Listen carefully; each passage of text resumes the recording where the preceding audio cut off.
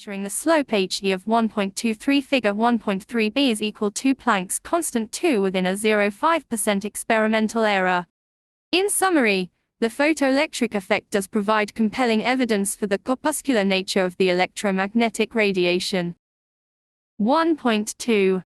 Particle aspect of radiation 13 Example 1.2 Estimation of the Planck constant when two ultraviolet beams of wavelengths 180 nm and 110 nm fall on a lead surface. They produce photoelectrons with maximum energies 11,390 eV and 7,154 eV, respectively.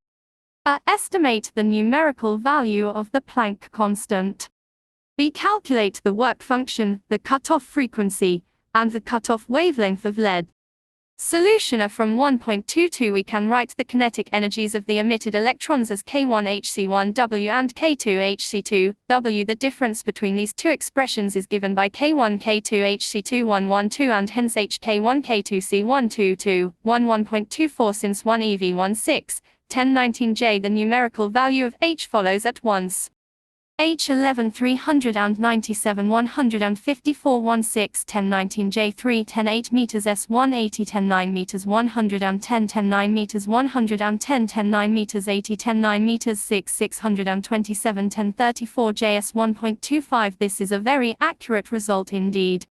B. The work function of the metal can be obtained from either one of the two data WHC1 K16 627 10 34 JS 3 10 8 meters S 180 10 9 meters 11 391 6 10 19 J 6 627 10 19 J 4 14 EV 1.26. The cutoff frequency and wavelength of lead of 0 WH 6 627 10 19 J 6 627 10 34 JS 10 15 Hz 0 C0 3, 10 8 meters S 10 15 Hz 300 nanometers 1.27 1.2.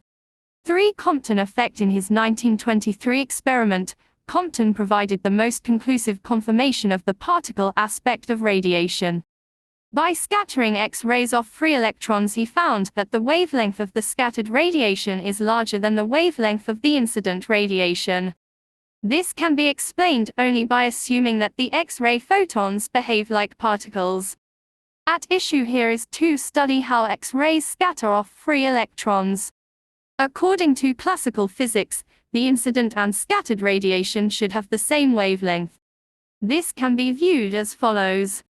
Classically, since the energy of the X-ray radiation is too high to be absorbed by a free electron, the incident X-ray would then provide an oscillatory electric field, which sets the electron into oscillatory motion, hence making it radiate light with the same wavelength, but with an intensity I that depends on the intensity of the incident radiation I0, that is IA0.